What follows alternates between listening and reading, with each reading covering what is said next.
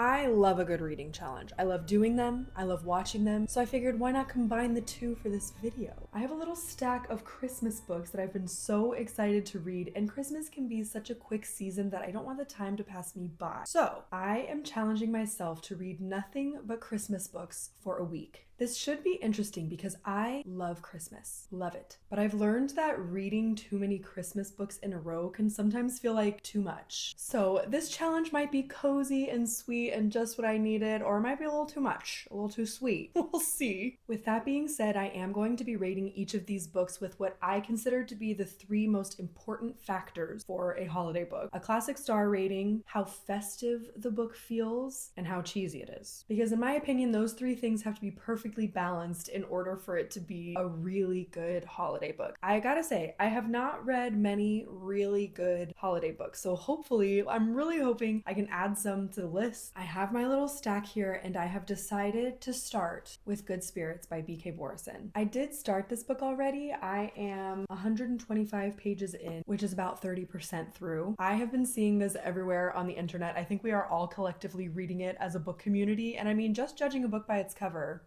10 out of 10. It's about the ghost of Christmas past and the girl he's haunting, Harriet, who is actually very festive and very kind-hearted. So they're kind of like trying to figure out why he's haunting her. And it's a romance, so they're falling in love. So far, I am enjoying it, but I have to keep reminding myself not to take it too seriously because I just keep thinking about how the ghost world works and like the logistics of it. And there are some plot holes here and there. Anyway, Harriet has a huge sweet tooth, so it's talking a lot about the holiday candies she's always eating, and especially candy canes. One of the things on my Christmas bucket list this year is to make a holiday coffee syrup for my at-home lattes. And this book has officially solidified that I'm going to do something peppermint flavored because the way that she describes it makes me keep thinking I could go for one of those. So far, consider me intrigued, and more updates to come.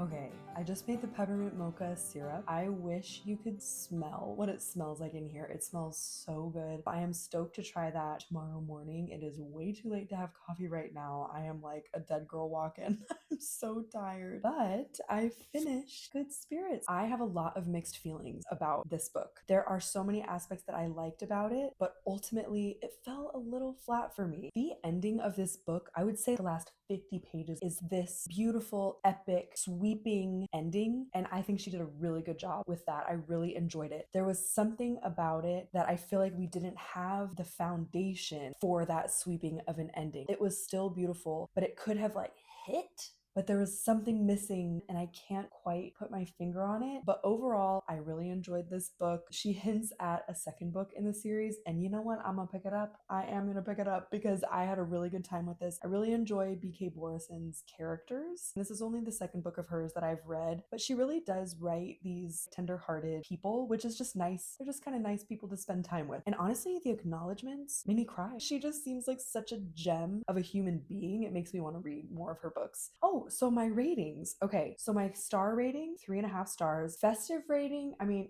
I'd say 4 out of 5. This was pretty dang festive. And for cheesy level, ooh, yeah, that's tough. Cheesy seems like a harsh word. I don't mean it negatively. I don't know what else to call it. For lack of a better title, the sugary rating, I'm gonna give it a 2.75. Like, it was there, but it wasn't overpowering. I want to pick the next book. So I'm kind of between a few. This is what I was talking about. Now I read that. It was very sweet and wholesome, and now I want something that I can sink my teeth into more. I'd say I'm between these two. One Big Happy Family or The Christmas Bookshop, which is our book club pick for December. They're both kind of like family Christmas drama, and of these two, I'm gonna go with this one, The Christmas Bookshop. This is about 2 sisters, Carmen and Sophia, and it's kind of like the classic. Sophia is the eldest and she's type A, and Carmen is trying to figure her life out still and a little bit of a mess. I am excited to read this one. I was excited that this one won for our book club pick. So I'm going to start this tonight and I will check back with you later.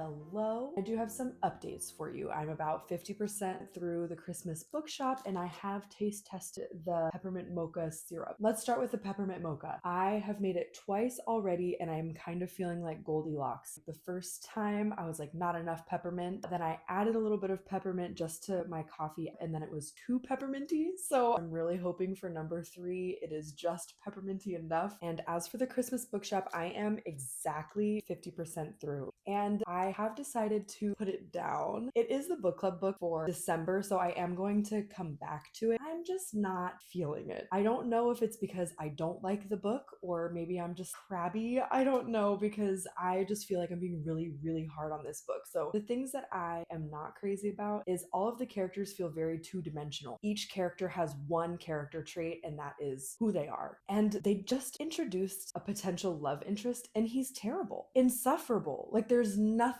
good about him. And the main character will be like, oh, he's terrible. But then the next sentence be like, is he though? I'm like, yes, he is. The things that I do like about it that are sweet, I'm at the point where you can see the sisters' relationship starting to mend. The man who she is helping revitalize this bookshop is very likable. He is like the one likable character. And I like the premise of it. Saving an old bookstore, breathing life into it. You know, I like things like that. So it's not a complete terrible book. I have decided that I'm going to put it down. I'm going to come back to it when I'm not feeling so critical, maybe. So that brings us back to our stack here. Honestly, I am feeling a little sugared out. So last night when I decided to put the book down, I'm like, you know what? I want like thriller, high stakes. I just want to cut this sugar with something crazy, like hard left. So with that, I did some digging yesterday and I'm actually putting the whole stack to the side. There it is, to the side. I found a Christmas thriller. It's called The Christmas Guest. It's on Kindle Unlimited. Perfect. He wrote in the back of the book why I wrote this book and that caught my eye. And he said that he imagined this novella as being, you know, it's Christmas Eve, you've cleaned everything up, there's nothing left to do, and you just curl up to read a book and you can read it in one sitting. And I just thought that sounds lovely. So I'm going to read this book. I must say it is ideal reading conditions right now. It's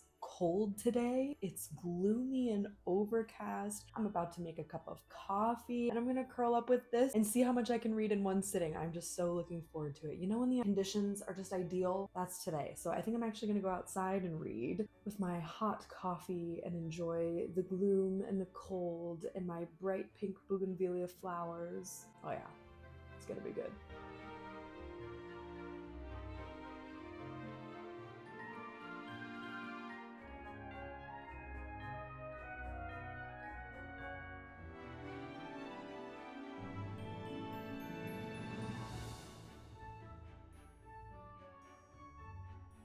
Hello there. Today is Jane Austen's birthday, December 16th, and not just any birthday. This year is her 250th birthday, so kind of a big one. Not every day a girl turns 250. That is why I am dressed like this. You may be wondering, Rachel, did you just have that dress lying around in your closet? And the answer would be yes. Yes, I did. I love Jane Austen. Pride and Prejudice is one of my all-time favorite books, so I decided to celebrate her today. I made a cup of tea, I lit a candle, I collected her books together. I actually have a lot to do while my daughter is still napping for as long as she'll allow. My girlfriends and I are having our annual gift exchange tonight, so that is to do number 1. I need to wrap everyone's gifts. So I'm gonna pop in the audiobook and get to wrapping my beautiful friends' gifts. Quick context, The Christmas Guest is about Ashley, who's an American student alone in London, and she gets invited to Christmas in the Cotswolds. It's told through her journal entries, and she thinks she's living in a romance, but it's giving thriller. She's glossing over some pretty suspicious stuff. Now back to the gifting.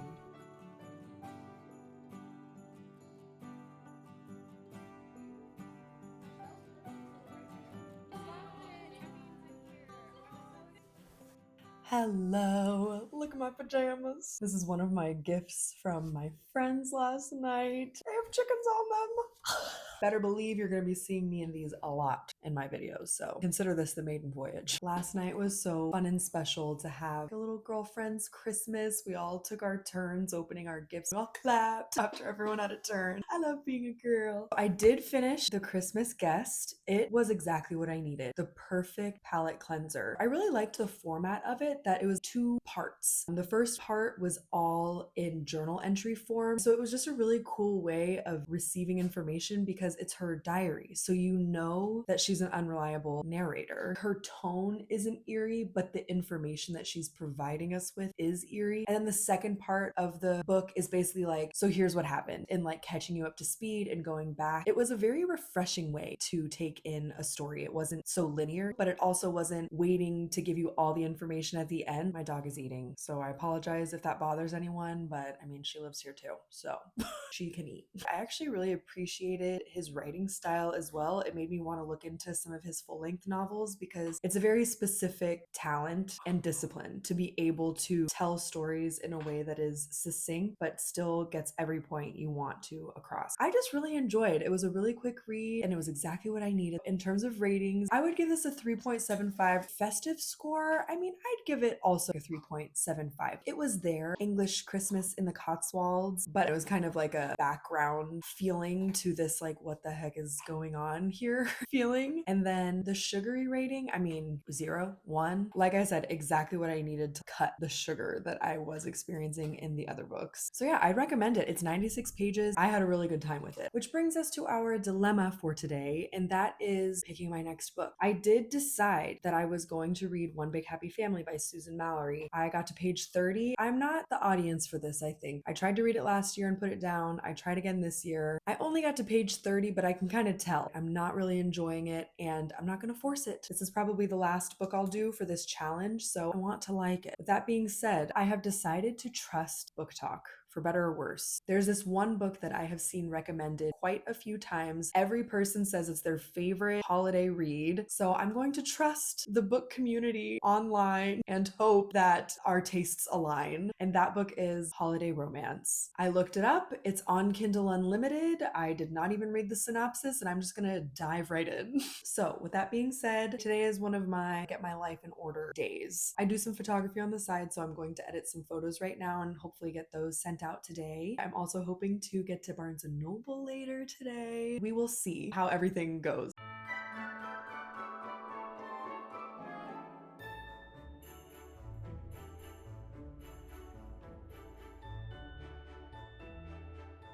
Okay, this book is already infinitely better. It's equal part charming and real life. This was definitely the right choice, and I'm fully invested already. I just listened to the prologue. I'm really looking forward to continuing this book. Yay! I'm excited that it's a good one. I don't have to force myself to read it.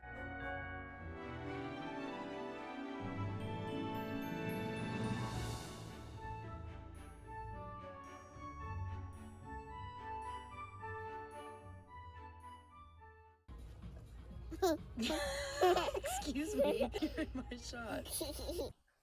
Y'all, I owe the online book community an apology because I was low-key doubting this and it was an absolute banger. I kept thinking, oh, I need to film my along the way thoughts, but I just kept reading. I finished it in one day. No self-control. It follows Molly and Andrew, who are friends with a tradition of flying home to Ireland from Chicago every year. This is their 10th flight, but you get flashbacks to all of their other flights, and it is not cringy at all. Honestly, whoever designed the cover and titled this book should be fired because it just doesn't give the right vibes. They felt like real people and they each had such a great sense of humor. Irish wit is truly top tier. And anyone who knows me knows that I hate miscommunication as a plot device. I think it is a lazy way to create conflict. It drives me crazy, and this book had none of it. It was also so incredibly festive. The whole thing is that Andrew loves Christmas and Molly is kind of indifferent to it, but Andrew is always wearing Christmas sweaters. He's always talking about all his favorite parts of Christmas. He's always kind of like trying to convince Molly that Christmas is awesome. And his family. One of my favorite things in any story is a tight-knit, cheeky family dynamic, and this book does that so well. I was genuinely laughing, which is why I picked up the second book, which is an interconnected standalone about Andrew's brother finding love. And that's saying something that I picked up the next one because I truly thought that I was romanced out for the year. For rating, I mean, this is a 5-star book for me. Festive rating, 5 stars. Cheesy rating, maybe like 2 stars, 1.5. There weren't any moments that made me cringe or pulled me out of the story. Like, it was sweet, but it wasn't overly sugary. I am now 80% through Snowed In, which is the next book. Again, no self-control. Holiday Romance is still definitely my favorite, but I'm just really enjoying enjoying getting to spend more time with these characters. Even though I'm still reading Christmas books, I am going to call the vlog here. And that brings me to my final thoughts on this reading challenge. I actually loved having both a theme and a time crunch. I am very goal oriented. So having this short-term goal was actually very motivating for me. And I mean, I definitely read more Christmas books than I would have otherwise, because normally once I start to get a little sugared out, I would have probably just ditched Christmas books altogether and moved on to something non-seasonal. But having to get creative with what I picked up next actually led me to some new favorites, The Christmas Guest and Holiday Romance, which I honestly don't think I would have found otherwise or read otherwise. I almost abandoned ship to Theo of Golden after Good Spirits. That was the first book, but instead I ended up reading almost 4.5 Christmas books in a week. That's insane. I never do that. Anyway, that's all for this one. Thanks for being here, and I'll see you soon. Merry Christmas and cheers.